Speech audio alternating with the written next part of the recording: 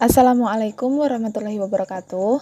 Kami dari kelompok 4 mata kuliah metodologi penelitian yang beranggotakan Alisa Hamidah dengan nomor NIM 12205193041, Arina Hidayatul Husna dengan nomor NIM 12205193086, Zakia Zulfaningtyas dengan nomor NIM 12205193178 dan Riani Hidayah dengan nomor NIM 12205193134. Pada kesempatan kali ini kita akan menjelaskan materi tentang jenis-jenis penelitian kualitatif.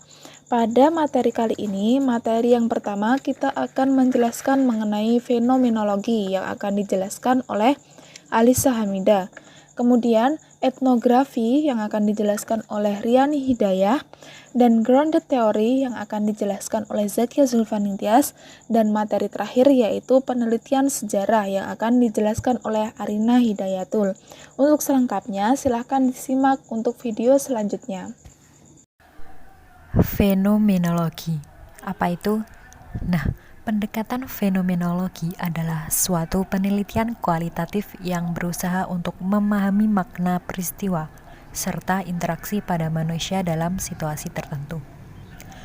Penelitian ini mengkhususkan pada fenomena dan realitas yang tampak untuk mengkaji penjelasan di dalamnya. Pada penelitian fenomenologi dapat dimulai dengan memperhatikan dan menelaah fokus fenomena yang hendak diteliti.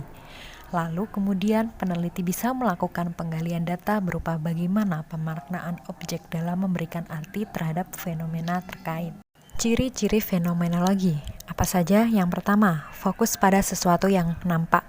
2. Fenomenologi tertarik dengan keseluruhan dengan mengamati esensitas dari berbagai perspektif sampai didapat pandangan yang esensi dari pengalaman ataupun fenomena yang akan diamati. 3. Fenomenologi mencari makna dan hakikat dari apa yang terlihat, yang nanti pada akhirnya akan membawa ide, konsep, penilaian, dan pemahaman yang hakiki. 4. Fenomenologi mendeskripsikan pengalaman, bukan menjelaskan ataupun menganalisisnya. 5. Fenomenologi berakar pada pertanyaan-pertanyaan yang langsung berhubungan dengan makna dari fenomena yang diamati. 6. Integrasi dari sebuah subjek dan juga objek, bahwa persepsi penelitian ini akan sama dengan apa yang dilihat dan juga didengarnya. 7. Investigasi yang dilakukan dalam kerangka intersubjektif realitas adalah suatu bagian dari proses secara keseluruhan. 8. Data yang diperoleh misalnya dari melalui berpikir, intuisi, refleksi, dan juga penilaian akan menjadi bukti-bukti utama dalam penelitian tersebut. Yang terakhir ada pertanyaan-pertanyaan penelitian harus dirumuskan dengan sangat hati-hati. Langkah-langkah dalam penelitian fenomenologi. Pertama ada instituting.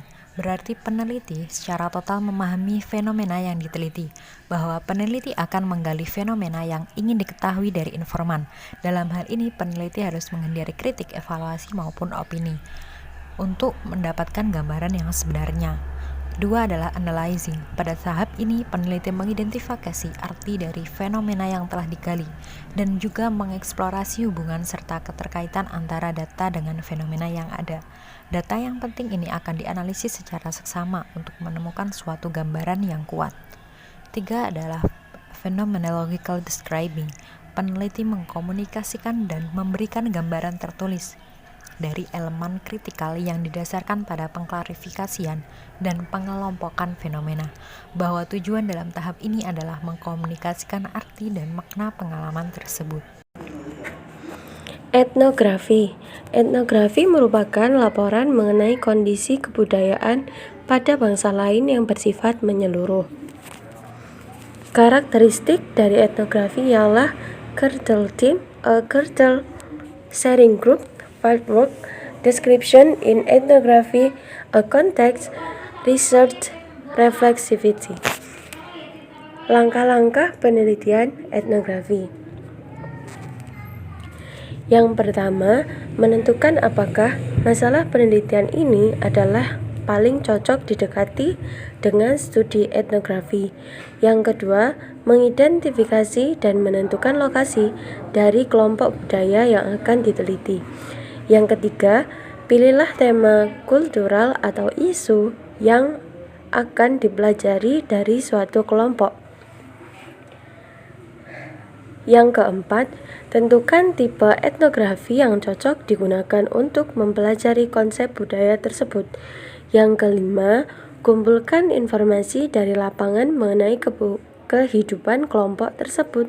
Yang keenam, tulislah tentang gambaran atau potret menyeluruh dari kelompok budaya. Yang selanjutnya adalah grounded theory.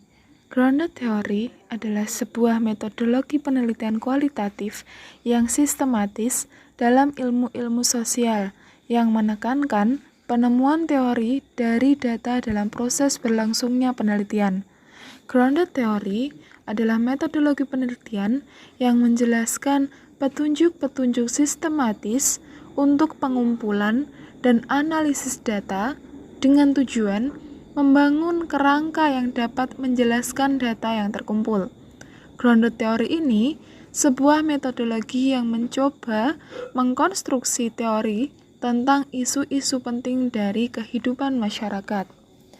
Grounded theory sendiri memiliki beberapa ciri-ciri. Ciri-ciri dari grounded theory sendiri yang pertama adalah penggunaan data sebagai sumber teori. Kedua, peranan data dalam penelitian sangat menonjol. Ketiga, pengumpulan data dan analisis dilakukan dalam waktu yang bersamaan. Dan yang terakhir, perumusan hipotesis berdasarkan kategori. Untuk penelitian grounded theory sendiri, langkah-langkah yang dapat kita lakukan yang pertama adalah perumusan masalah. Yang selanjutnya yaitu penggunaan kajian teoritis, kemudian pengumpulan data dan penyampelan, lalu analisis data, dan yang terakhir yaitu penyimpulan atau penulisan laporan.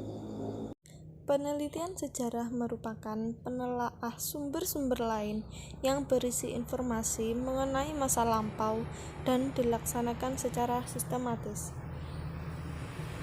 Ciri-ciri penelitian sejarah. Yang pertama, metode sejarah lebih banyak menggantungkan diri pada data yang diamati orang lain di masa lampau. Yang kedua, data yang digunakan lebih banyak bergantung pada data primer dibandingkan dengan data sekunder. Bobot data harus dikritik, baik secara internal maupun secara eksternal. Dan yang ketiga, metode sejarah mencari data secara lebih tuntas serta menggali informasi yang lebih tua yang tidak diterbitkan ataupun yang tidak dikutip dalam bahan acuan yang standar.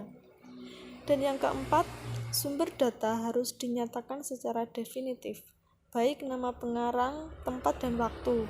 Sumber tersebut harus diuji kebenaran dan ketulenannya. Fakta harus dibenarkan oleh sekurang-kurangnya 2 saksi. Langkah-langkah penelitian sejarah. Yang pertama, pemilihan subjek yang akan diteliti. Dan yang kedua, heuristik atau pengumpulan data. Dan yang ketiga, kritik atau verifikasi. Yang keempat, interpretasi atau penafsiran. Dan yang kelima, historiografis atau penulis sejarah.